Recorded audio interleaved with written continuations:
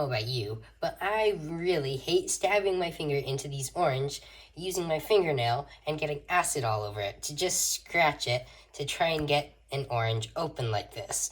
So I've made a simple contraption to help me do this. Let's go check it out. So the concept was really simple, but it turned into a Rube Goldberg machine for an orange that ultimately gets sliced, helping you to peel the orange.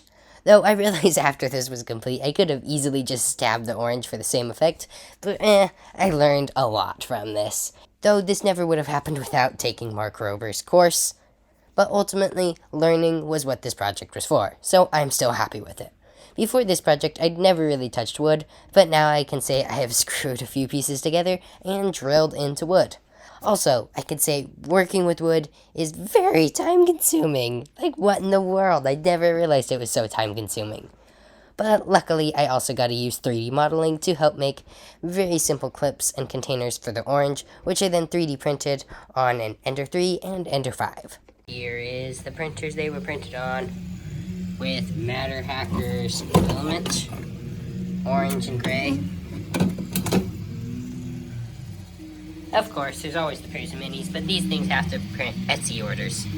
Can't use them for that project.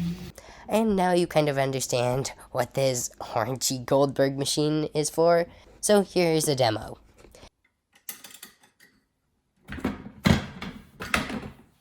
Yep, it goes down and results in a small knife cut, helping to start peeling an orange.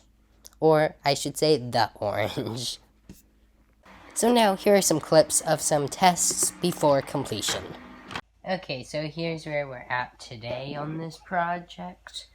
I've got to 3D print some things to keep this from falling down. So, for example, if I put this orange on here, bounces off it, which I don't want it to do. I tested it with this and stuff, but I don't think that's going to work, so I'm going to print something that goes around it to kind of keep it so that the orange will actually go all the way in, and I think that should work. And also, she is right here too. I've also already 3D printed these clips. This is an earlier prototype. These other ones have a little bit longer so that it clicks better. It's a friction fit, and actually works out really well, aside from the fact that the orange hits it, so I'm going to just make these bend down a little bit and call those clips pretty good. So yeah, that's what we have so far, and let's do the rest. Okay, so the first one didn't work, so now here it is again. Couldn't see it last time. And down, and boom. Perfect. So yeah, that was some clips of what I had previous, and in fact, you're still seeing that. It's also worth mentioning that I actually modeled a basic prototype of this entire thing beforehand in Blender, which, as you can see it right now, it actually looked kind of cool because it also had basic physics applied to it so that it actually kind of would work like real life. Of course, it's not exactly the same because I didn't add the same materials, and actually I had made 2 prototypes with this being the second one. But anyway, back to it. But now, let's do some slow-mo footage that I took, and had a lot of fun making this part. So enjoy this compilation, and I'll see you at the end of it, and then we'll call this video good.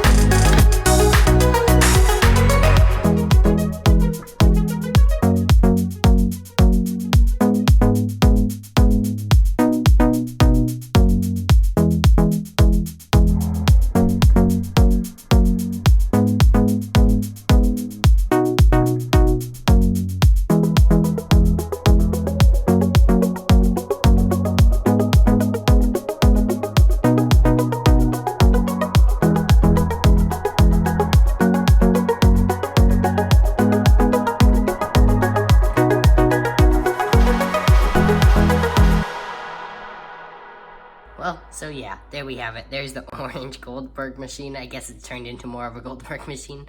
Seems how it's more experimentation and kind of just fun. But either way, I learned a lot with the 3D printing and with the cutting and wood stuff. Never really done that before.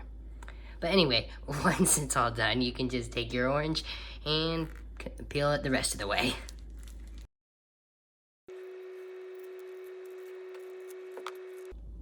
Whee, there's the orange. And tastes very delicious. Well, there we have it. Hopefully you enjoyed this video. I know I sure had fun making it. Oh, by the way, this is how the orange went down. I was going to do something with springs, but I didn't have any on hand. So anyway, thanks for watching. Bye!